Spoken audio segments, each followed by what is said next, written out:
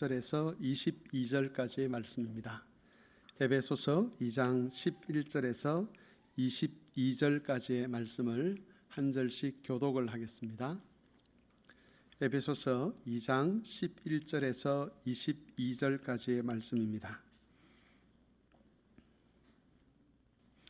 교독하겠습니다. 그러므로 생각하라. 너희는 그때에 육체로는 이방인이요 손으로 육체에 행한 할례를 받은 무리라 칭하는 자들로부터 할례를 받지 않은 무리라 칭함을 받는 자들이라.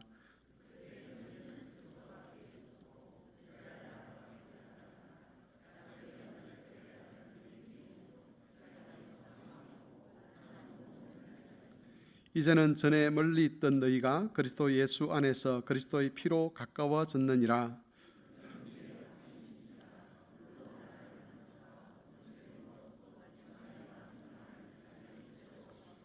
법 조문으로 된 계명의 율법을 폐하셨으니 이는 이 둘로 자기 안에서 한 새 사람을 지어 화평하게 하시고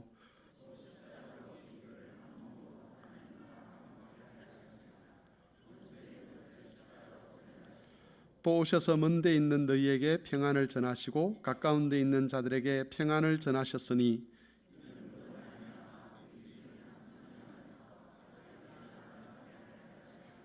그러므로 이제부터 너희는 외인도 아니요 나그네도 아니요 오직 성도들과 동일한 시민이요 하나님의 권속이라.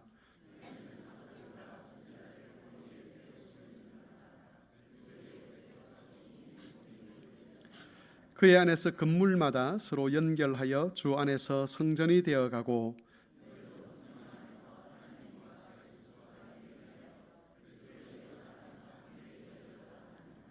아멘. 오후 예배 시간마다 우리가 헌법 말씀을, 헌법에 있는 내용들을 쭉 살펴보고 있습니다. 어떤 분들은 그런 생각들이 드시지 않습니까? 이거 너무 당연한 내용이고 누구나 알고 있는 내용인데 왜 이걸 굳이 이 시간에 해야 되느냐라고 그렇게 생각하는 분들이 계실지 모르겠는데 제가 알기로 우리 교회는 잘 모르겠습니다만은 그래도 이전에 교회들은 주일 한 10시부터 한 10시 한 40분, 50분까지 장로님들이나 목사님들이 나오셔서 이런 내용들을 다 성도들에게 가르치셨어요. 그런데 최근에 들어서는 그런 가르침들이 거의 없습니다. 그래서 우리가 생각할 때는 젊은 사람들이 신앙적인 면에 있어서 또 성경을 알고 교회의 법이나 이런 것들에 대해서 더 잘 알 것이라고 일반적으로 생각을 해보지만 막상 뚜껑을 딱 열어놓고 보면 오히려 연세 드신 분들이 훨씬 더 이런 내용들에 대해서 더 바르게 하시고 젊은 교인들은, 오늘날 젊은 교인들은 이런 부분에 있어서 거의 무지한 것이 우리의 안타까운 현실입니다. 우리 교회에는 이제 젊은 분들이 그래도 조금 이렇게 이주를 해 오셔가지고 교회 새로 등록하신 분들이 제법 있습니다. 그런 분들을 비롯해서 또 처음 교회에 오셔서 신앙생활을 하시는 분들도 계시고 한데 그런 분들에게 교회의 질서가 어떠하고 또 교회가 어떻게 운영되는지 이런 것들을 바로 알아야만 신앙생활을 우리가 바르게 할 수가 있습니다. 그래서 그런 이유 때문에 이 시간에 우리가 이것을 다루는 것이니까 그렇게 이야기를 해 주시면 좋겠습니다. 오늘 에베소서 2장 11절에서 22절 말씀을 읽었는데 여기서 우리에게 가르쳐주는 중요한 진리는 교회라고 하는 것은 머리이신 그리스도를 중심으로 많은 지체들이 서로 연합되어 있는 공동체라는 겁니다. 어떤 신학자는 그렇게 표현을 했습니다. 우리가 구원을 얻는 목적은 교회가 되기 위한 것이다. 그러니까 교회에 연합하지 않는 구원이라는 것은 그건 가짜다 이렇게 이야기를 하는 것이 가짜라고 이야기하거나 아니면 그건 온전한 구원이 아니다라고까지 그렇게 이야기를 하는 겁니다. 교회라는 것은 구원의 목표라고까지 말을 할 수가 있다는 것이지요. 하나님께서 우리를 구원하신 목적이 그리스도의 몸이 되게 하는 것, 그리스도와 하나가 되어서 그 하나된 공동체를 통해서 그리스도의 영광에 참여하고 그리스도의 복에 참여하고 예수 그리스도로 채색되어서 그리스도와 함께 일하도록 하기 위해서 우리를 구원하셨다라고 그렇게 설명을 하는 것입니다. 여러분, 그런 면에 있어서 교회를 이루고 있는 각 사람 한 사람은 특별한 의미를 지닐 수밖에 없습니다. 이것은 몸의 비유를 통해서 우리가 알 수 있는데 우리 몸 중에 어느 한 부분이 잘못되면 그 잘못된 것만 문제가 생기는 것이 아니라 우리라는 한 사람, 한 인격 자체가 어려움을 당하거나 고통을 겪거나 아픔을 겪습니다. 손가락이 이렇게 고통을 받으면 여기만 아픈 것이 아니라 온몸이 그 고통으로부터 영향을 받는다는 것이죠. 이게 지체가 된다는 것의 의미입니다. 성도 한 사람 한 사람을 지체라고 할 때 그 지체의 문제는 그 사람의 문제로 끝나지 않습니다.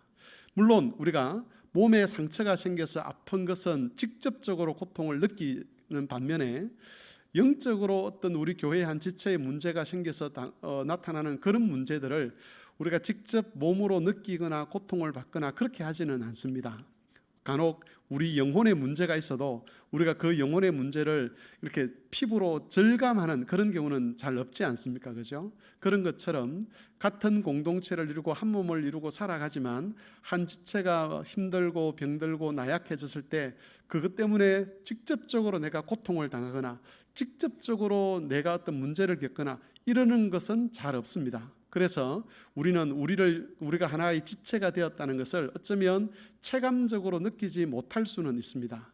그럼에도 불구하고 그리스도께서 말씀하시기를 여기에 모여서 한 몸을 이루고 있는 이 한 사람 한 사람을 우리의 지체라고 그렇게 주님은 알려주셨습니다. 그러니까 우리가 하나님 앞에서 온전히 자라갈 때에 나라는 한 개인의 신앙이 자라가서 온전하다 그렇게 되는 것이 아니라 하나님께서는 우리 교회 전체가 온전해질 때 그걸 온전하다라고 이야기를 하는 것이죠. 그 온전함에 이르기 위해서는 나만 신앙생활 잘하고 나만 믿음생활 잘하면 된다 이렇게 이야기를 해서는 안 되는 겁니다. 우리는 함께 지어져 가는 지체입니다. 함께 지어져 가는 사람입니다. 그래서 그리스도의 온전한 몸은 나 한 사람으로 완성되는 것이 아니라 함께 지체된 모든 교인들의 온전함으로 말미암아 가능하다는 것을 우리가 늘 기억을 해야 합니다.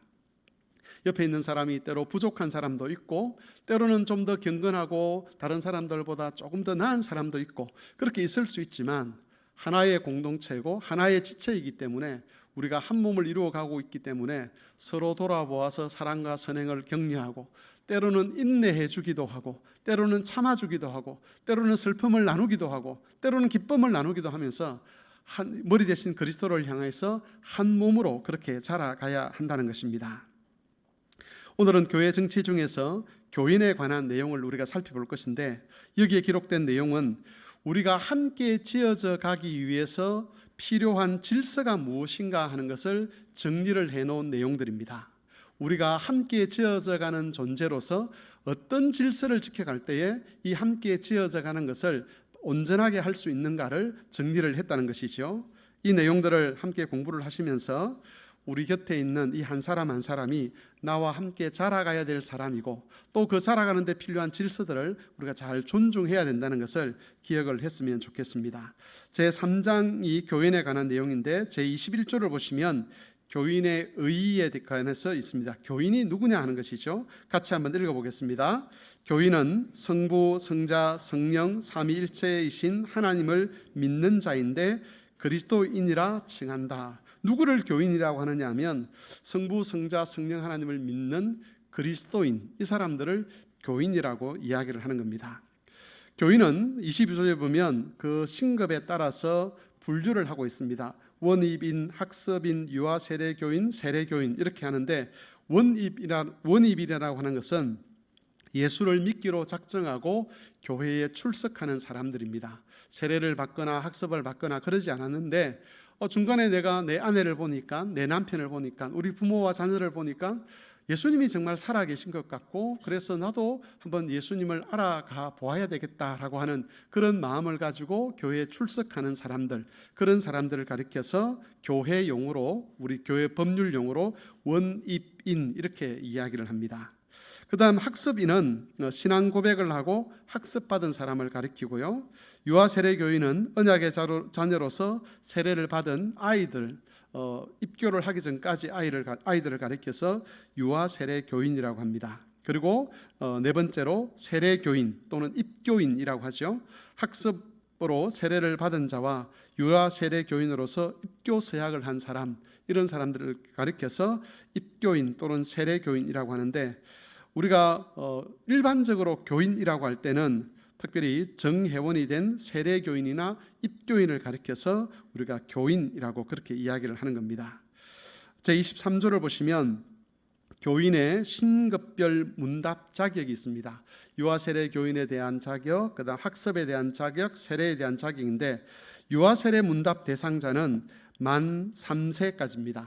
얼마 전에 우리 헌법이 개정되기 전까지는 만 2세까지 26개월까지 된 자녀들을 우리가 유아세례 대상자로 했는데, 이번에 법이 바뀌면서 만 3세까지로 그렇게 법이 바뀌었습니다. 유아 세례를 받기 위해서는 부모 중에 한 사람이 무험 세례 교인이어야 됩니다. 그리고 만일 부모가 없다, 그래서 어떤 사고나 그런 것들에 의해서 부모가 없는 경우에는 할아버지나 할머니가 또 외할머니 외할아버지께서 이렇게 신앙생활을 할 때에 그 아이의 영적 보호자가 된다라고 그렇게 서약을 하면 당회에서 그것을 살펴서 그런 아이들에게도 유아 세례를 베풀 수가 있습니다.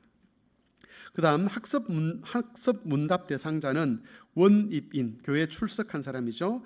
출석해서 6개월 이상 공예배에 참석한 사람, 그리고 만 14세 이상이 된 사람을 학습 문답 대상자로 그렇게 정하고 있습니다. 다만 특별한 경우에는 당회의 결의로 인해서 6개월 미만이 되어도 학습 문답을 받을 수가 있습니다. 아주 특별한 경우들, 그 사람의 믿음이 너무 분명한 경우, 또 때로는 어떤 당회가 보고 이 사람은 빨리 학습을 주고 세례교육을 빨리 시켜야 되겠다라고 그렇게 필요가 허락된, 인정된 그런 경우에는 6개월이 미달돼도 그렇게 세례 문답을 할 수가 있습니다. 그리고 세례 및 입교 문답 대상자는 만 14세 이상자로 하고 있습니다. 그리고 학습을 받고 난 다음에 세례를 받으려고 하는 사람들은 학습인으로서 6개월 이상 경과한 자가 되어야 합니다. 6개월 동안 세례교육을 6개월 이상, 여기서 6개월 이상이라고 하는 것은 1년이 될 수도 있고 2년이 될 수 있는데, 아무리 시간이 짧아도 6개월 이상은 세례교육을 받아야 한다는 것이죠. 그렇게 해서 세례 문답을 베풀 수가 있습니다. 전도회에서나 또는 구역에서 이런 해당자가 있을 때에, 지도를 할 때에 이런 법을 따라서, 이런 규칙을 따라서 그렇게 지도를 해주시면 큰 어려움 없이 그렇게 교회에 정착을 할 수가 있겠습니다. 제24조 교인의 권리에 관해서 제1번을 1항을 같이 읽도록 하겠습니다. 시작. 세례교인은 성찬 참여권과 공동회 회원권 및 교인으로서의 모든 청구권과 영적 보호를 받을 권리, 법규에 따른 개최 교회에서의 선거권 및 피선거권이 있다. 단 무단 6개월 이상 본 교회 예배에 참석하지 않으면 위 권리를 정지한다. 여기에 이제 교인으로서 누릴 수 있는 권리를 5가지로 그렇게 정리를 합니다. 성찬 참여권, 성찬에 참여할 수 있는 권리. 우리는 사실 성찬을 많이 열어놓았기 때문에 세례교인이면 어느 교회를 가든 성찬에 참여할 수 있는 것 아니냐라고 그렇게 말씀하실지 모르겠지만, 만일 교회의 질서가 제대로 세워져 있는 그런 상황이라면 제가 어느 교회 가서 내가 목사입니다, 그러니 내가 성찬에 참여하겠습니다, 그렇게 이야기할 수가 없습니다. 그 교회의 성찬은 그 교회 성도들에게만 허락된 하나님의 상입니다. 그런데 이제 다른 교회 교인들은 어떻게 해야 되느냐? 다른 교회 교인들이 만일 그 교회 성찬에 참여하고 싶다면 당회의 허락을 받아야 되는 것이죠. 당회의 허락을 받아서 당회가 성찬에 참여해도 좋다는 허락을 하면 비로소 주님이 마련하신 식탁에 참여할 수 있는 것이지, 아무나 참여할 수 있는 것은 아니라는 겁니다. 그 교회에서 이루어지고 있는 성찬의 식탁, 주님의 식탁은 그 교회 성도를 향한 주님의 양식입니다. 그리고 그 교회 성도라면, 특별히 세례교인이라면 아무런 제약 없이 그 성찬에 참여할 고유한 권리를 가지고 있는 것이지요. 두 번째는 공동의회 회원권입니다. 잘 아시겠지만 공동의회를 통해서 결정되는 모든 것에 있어서 투표할 수 있고 발언할 수 있는 그런 권한이 세례교인에게 있습니다. 그 다음 교인으로서의 청구권입니다. 목사의 설교나 당회의 질의나 또는 권증이 개인의 신앙 양심에 맞지 않는다거나 또는 성경의 진리에 어긋난다거나 정당성을 상실했다고 여길 때에 당회나 노회에 또 총회에 그 문제를 가지고 청원할 수 있는 그런 권리를 말합니다. 거기 보면 뭐 진정이라는 말도 있고요. 또 청원에 그 상소할 수 있는 권리에는 그 청원도 있고 소원도 있고 상소도 있는데 그런 것들은 나중에 여러분이 살펴보면 될 것이고, 어쨌든 내 신앙 양심에 맞지 않고 또 하나님의 말씀에 맞지 않고 또 정당성을 상실했다고 할 때는 정당한 절차를 통해서 거기에 대해서 이의를 제기할 수 있는 권리가 성도들에게 있다는 것을 꼭 기억하시기를 바랍니다. 그래서 여러분들이 전에도 한번 말씀을 드렸지만 이의를 저건 잘못된 거야 라고 생각하면서도 아무런 말을 하고 있지 않는 게 그게 득스러운 것이 아니라, 그걸 가지고 감정적인 싸움을 하는 것은 문제가 되겠지만 정당한 절차를 따라서 질의를 하고 답을 얻고 그렇게 찾아가는 것은 그건 반드시 여러분의 권리이기도 하지만 그렇게 하셔야만 교회가 건강해질 수 있다는 것을 꼭 기억하셨으면 좋겠습니다. 네 번째로는 영적 보호를 받을 수 있는 권리입니다. 신방이나 기도, 기타 영적 보호를 받을 수 있는 권리가 우리 성도들에게 있습니다. 만일 제가 신방을 하는데 뭐 대신방을 하기로 했는데 어느 집은 빠뜨리고 일부러 안 간다, 그러면 그걸 여러분이 요구할 수가 있는 거죠. 또 목사가 우리 가정을 위해서 기도를 하는 것 같지 않다라고 할 때 기도해달라고 할 수 있는 권리가, 신방을 요구할 수 있는 권리, 기도를 요구할 수 있는 권리, 또 다른 목양적 지도를 요구할 수 있는 권리가 여러분들에게 있다는 것을 꼭 기억하셨으면 좋겠습니다. 그리고 다섯 번째로는 개최 교회에서의 선거권 및 비선거권입니다. 선거권은 직분자를 피택하는 것을 말하고, 비선거권은 내가 성도들의 그 투표를 통해서 직분자가 될 수 있는 권리죠. 이게 우리 교인들에게 있다는 겁니다. 두 번째 항목을 같이 읽어보겠습니다. 교인이 노회에 교회 헌법을 따라 진정서나 청원서 등을 제출하고자 하면 당회를 경유하여야 하며, 당회가 이를 거부할 때에는 제출 서류에 당회가 거부한 이유를 첨부하여야 한다. 거기에 당회가 빠져 있는지 모르겠는데 교인의 권리 세 번째 보시면 교인으로서의 청구권에 관해서 이야기를 하는데, 어떤 뭔가 이의를 제기할 것이 있는데 노회에 이의를 제기하려고 하는데 당회가 그걸 혹 받아들이지 않는다라고 할 때에 어떻게 해야 될 것인가 하는 것을 거기 보여주고 있습니다. 모든 노회나 총회에 가는 서류는 당회의 결의를 거쳐야만 합니다. 담임 목사인 저도 제가 임의대로 서류를 노회에 보내는 게 아니고 제 개인적인 서류 빼고 어떤 교회에 관련된 일 이런 것들은 제가 임의로 제출을 하는 것이 아니고 당회를 거쳐서 당회의 그 7회의 결정을 따라서 서류를 제출하거나 또는 뭐 취소를 하거나 이렇게 하거든요. 마찬가지로 교회에서 가는 모든 문서가 그렇게 과정을 거쳐야 하는데, 혹 당회가 그런 정당한 서류를 받지 않으려고 한다, 노회나 총회로 전달하지 않으려고 할 때에는 그 사유를 적어서 노회나 총회로 바로 보내면 된다는 거죠. 먼저 노회로 보내겠죠, 그죠? 노회로 보내서 내가 이런 이유 때문에 이런 걸 이의를 제기를 했는데 우리 교회에서 이걸 받아들이지 않습니다. 그래서 제가 노회에 이것을 상소를 합니다라고 보낼 수 있다는 겁니다. 그럴 때 여러분, 제가 늘 말씀드리지만 어떤 진리를 주장하거나 방법을 주장할 때 우리가 감정적으로 하지 않도록 조심을 해서 절차와 정당성을 확보할 수 있도록 그렇게 하면 될 것 같습니다. 제25조 교인의 의무에 관해서 읽겠습니다. 1항을 같이 읽겠습니다. 교인은 공적 예배 참여, 헌금, 전도, 봉사, 교회 7위에 복종할 의무를 갖는다. 거기도 5가지 의무에 관해서 말씀하고 있습니다. 먼저 교인은 예배에 참여할 의무가 있습니다. 예배에 참여하는 것, 또 성찬에 참여하는 것, 이런 것들은 권리이면서 동시에 의무입니다. 만일 한국 교회가 그 질서가 제대로 세워져 있다면 임의대로 예배에 빠지거나 또 임의대로 다른 곳에서 예배를 드리는 일들이 그렇게 쉽게 일어나지는 않을 겁니다. 원래대로라면 당회의 허락 없이 또는 특별한 사유 없이 본 교회 공예배에 빠지는 것은 권징을 받는 일입니다. 우리가 신앙생활을 하는 데 있어서 제일 중요한 일이 뭐죠? 그건 예배입니다. 예배가 중심이죠. 그 예배를 소홀히 하거나 그 예배를 등한시한다 그러면 그건 당회가 이제 지도를 해야 되는 문제죠. 하지만 한국 교회가 정당하게 질서가 잘 잡혀 있지 않았기 때문에 이게 분명함에도 불구하고 이런 식으로 지도를 하겠다고 당회가 덤벼들기 시작하면 성도들의 의식이 아직까지 여기에 이제 의식이 따라오지 않는데 제도만 가지고 이야기를 하면 안 되겠죠. 그래서 우리가 그런 의식이 서로 공유될 때까지 기다리고 있는 것입니다. 중요한 것은 그거죠. 본 교회 예배에 참여하는 것은 그 7위에 소속된 모든 교인들의 의무다라는 것을 우리가 기억을 해야 합니다. 헌금도 의무입니다.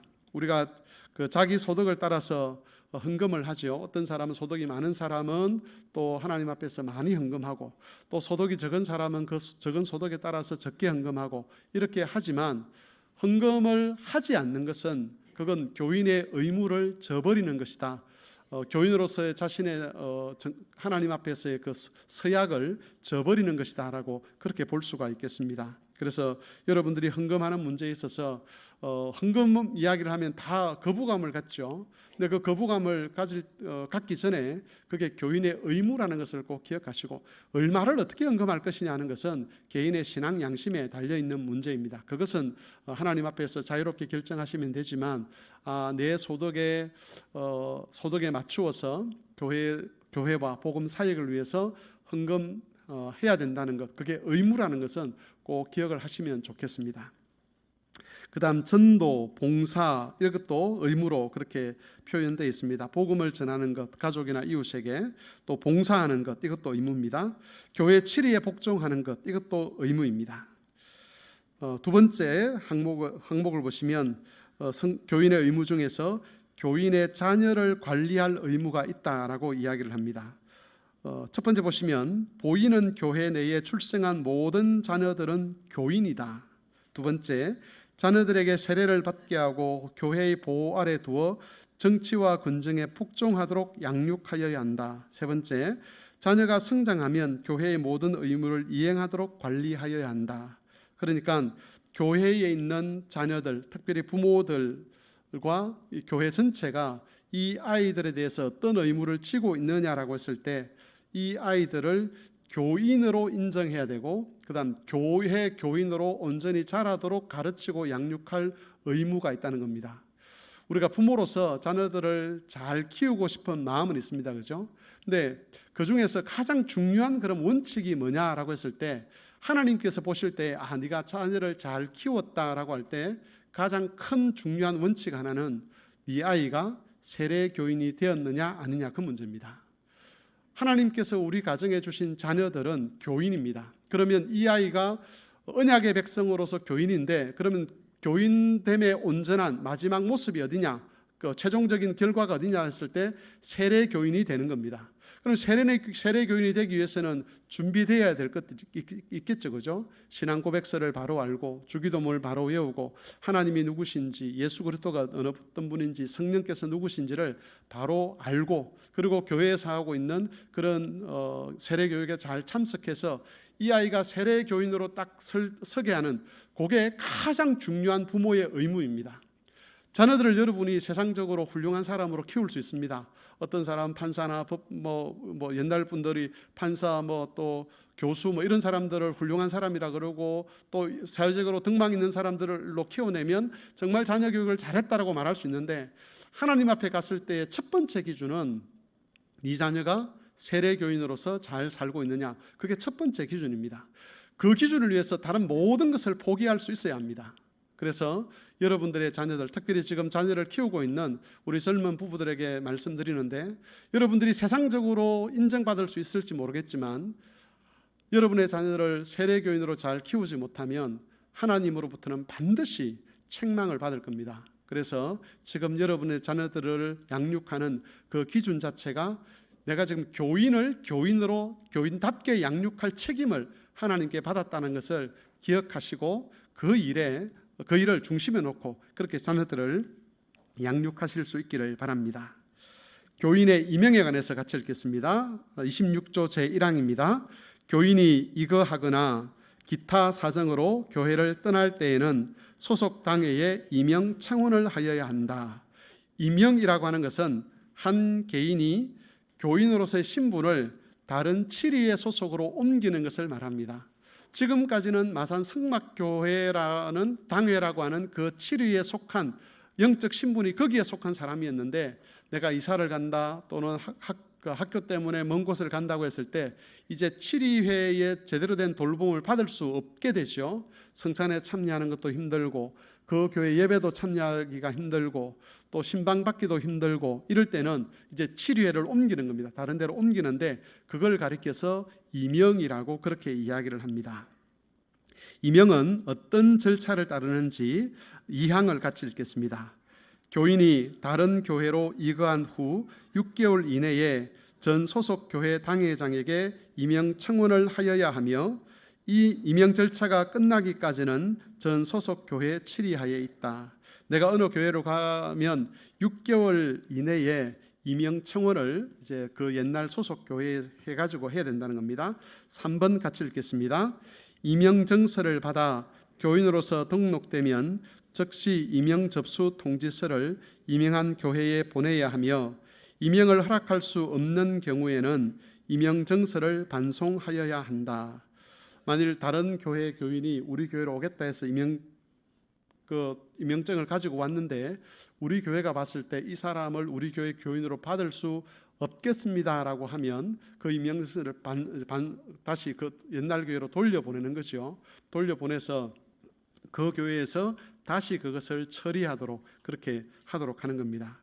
요즘 한국 교회에서는 누구라도 한 사람이 오면 그저 반갑고 좋아서 이렇게 환영을 하지만, 원래대로 한다 그러면 교회에 허락을 받고 교회로 옮겨야 되고, 또 어떤 문제가 있을 때는 교회가 그 임명을 보류하기도 하고 하는 이런 절차들을 밟아야 하는 것입니다.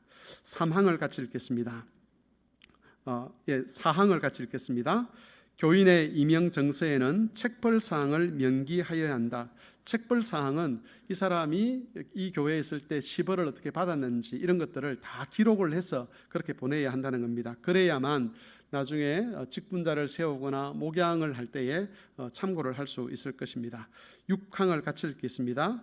책벌하에 있는 교회의 직원은 그 치료에 결의가 있어야 복직이 된다. 임명을 내가 이 교회에 못 있겠습니다. 예를 들어서 이런 경우가 있지 않습니까? 우리 교회에서 권증을 했습니다. 당신은 이런 잘못을 했으니까 3개월 동안 근신하십시오. 이렇게 했는데 이 사람이 교회가 여기밖에 없나? 이러고 다른 교회를 가서 그 교회를 등록을 하면 어떤 문제가 생기느냐 하면, 이런 교회가 가지고 있는 그 권증권에는 천국의 열쇠가 달려 있다는 것이 우리의 고백입니다. 마태복음 16장을 우리 장로교 개혁교회에서는 다 그렇게 해석을 합니다. 너희가 만일 땅에서 매면 하늘에서 매일 것이고 땅에서 풀면 하늘에서도 풀린다는 그 말을 기도로 보는 것이 아니라 그걸 치리권으로 보는 거예요. 그래서 한 교회로부터 벌을 받은 사람이 그 교회의 해벌을 받지 않으면 그 사람에게는 천국 문이 닫힌다. 이게 우리가 가지고 있는 신앙 고백입니다. 그래서 교회를 쉽게 내 마음에 들지 않는다 그래가지고 특별히 권증을 받았는데 나는 교회가 여기밖에 없겠어요 해서 다른 교회 간다고 해서 그 권증의 문제가 사람 앞에서는 해결될 수 있습니다. 왜냐하면 모르는 교회에 가버리면 되니까. 근데 하나님 앞에서는 그게 해결되는 게 아닙니다. 그래서 어떻게 해야 되느냐 하면, 그럴 경우에는 그 교회로부터 받은 그 벌에 대해서 해벌을 받아야만 그게 다 해결이 되는 겁니다. 그게 땅에서 매면 하늘에서도 매이고 땅에서 풀면 하늘에서도 풀린다는 말씀의 의미입니다. 그래서 혹 여러분 중에서 다른 교회에서 권증을 받았는데 그것 때문에 이전에 내가 마음에 안 들어서 성막교회로 왔다, 그래서 한 10년 20년 흘렸다, 그런 분이 계시다면 그런 분들은 이전 교회로 돌아가셔서 그 교회 사정을 설명하고 해벌을 받으시고 난 다음에 오셔야 되는 겁니다. 사람은 모를 수 있지만 하나님은 아신다는 거예요. 그게 우리가 고백하는 신앙 고백이고 성경 해석입니다. 제27조 교인의 신고 같이 읽겠습니다. 교인은 학업, 병력, 직업, 기타 사유로 인하여 개체 교회를 떠나 6개월 이상 경과할 경우에는 소속 당회에 이를 신고하여야 한다. 그럼 우리가 군 입대 광고를 하지 않습니까? 군 입대 광고는 그냥 단순한 광고로 그치는 것은 아닙니다. 이것은 교인들에게 이 사람이 지금 군 문제 때문에 앞으로 우리 교회에 당분간 출석할 수 없습니다라는 것을 알리는 거죠. 공적으로 알리는 겁니다. 그래서 여기 쓰는 대로 교회를 6개월 이상 떠날 때에는 반드시 소속 당회에 이를 신고해서 그렇게 허락이 이루어지도록 해야 되는 겁니다. 목사가 여러분, 제가 지난번에 한번 우리 교회에서 허락을 하셔서 안식년을 가졌는데, 그때 제가 6개월을 다 하지 않고 5개월 얼마 이렇게 했어요. 6개월을 하면 반드시 노회에 통보를 해서, 제가 이 교회 담임 목사이지만 교회 허락을 받아서 안식년을 6개월 이상 합니다라는 것을 반드시 알리고 허락을 받아야 합니다. 목사도 역시 자기의 어떤 자기가 섬기는 교회를 떠날 때는 노회의 허락을 받아야 되고, 성도들이 그렇게 할 때는 당회의 허락을 받아야 되는 것이죠. 제28조 교인의 자격에 관해서 읽겠습니다. 1항입니다. 자격 정지 및 상실. 교인이 신고 없이 교회를 떠나 의무를 행치 않고 6개월을 경과하면 교인권이 정지되고 1년을 경과하면 교인권이 상실된다. 이 기간들을 여러분 꼭 기억하십시오. 교인권 부여 같이 읽겠습니다. 다른 교회 교인이 이명서 없이 본 교회에 출석한 지 6개월을 경과하면 당회의 결의로 교인권을 줄 수 있다. 세례가 확인된 사람 중에서 이명서 없이 온 사람들, 원래 이명서 없이 오면 교인권이 허락이 되지 않습니다. 그런데 6개월이 지나고 나면 그 교회에서 교인권을 부여할 수가 있고, 우리 교회는 이 질서를 지금 잘 지켜가고 있습니다. 제29조 교인의 복권입니다. 같이 읽겠습니다. 교인권을 상실한 자가 본 교회에 돌아와 출석한 지 6개월이 경과하면 당회의 결의로 교인권을 복권시킬 수 있다. 1년 이상 자리를 비워서 교인권이 상실된 경우에 그 사람이 온다고 해서 바로 교인권이 부여되는 것이 아니라 6개월 이상 출석을 하고 나면 당회가 이 사람에게 교인권을 부여하겠다라고 결의를 하면 그때 비로소 이제 교인으로서의 권리와 또 권리를 행사할 수 있다는 겁니다. 이런 것들은 앞에서 말씀드린 것처럼 굳이 우리가 배워보지 않아도 될 것처럼 여겨질 수 있을지 모르겠지만, 우리 한 사람 한 사람이 서로 지체이고, 이 지체로서 우리가 해야 될 일은 머리 대신 그리스도에게까지 자라가는 것인데, 그렇게 자라가는 데 있어서 효과적으로 모든 교인들이 함께 잘 자라가도록 하는 그런 규칙이고 질서입니다. 이 내용들이 성경에 기록되어 있는 것은 아니지만 성경에 있는 여러 내용들을 살펴서 종합해 보니까 이렇게 하는 것이 가장 효과적으로 서로 머리 대신 그리스도를 향해서 자라갈 수 있는 길이겠다라고 해서 우리 교단에서 이런 질서를 만든 것입니다. 그래서 교인에 관한 이런 질서들을 존중하시면서 나 한 사람만 돌아보는 것이 아니라 교회를 돌아보고 교회 질서를 세우고 다른 사람의 영혼을 돌아보아서 우리 마산 성막교회가 함께 주 안에서 자라가는 그런 좋은 함께 지어져가는 그런 사람들로 세워질 수 있게 되기를 바랍니다. 찬송을 하겠습니다. 221장 찬송하겠습니다.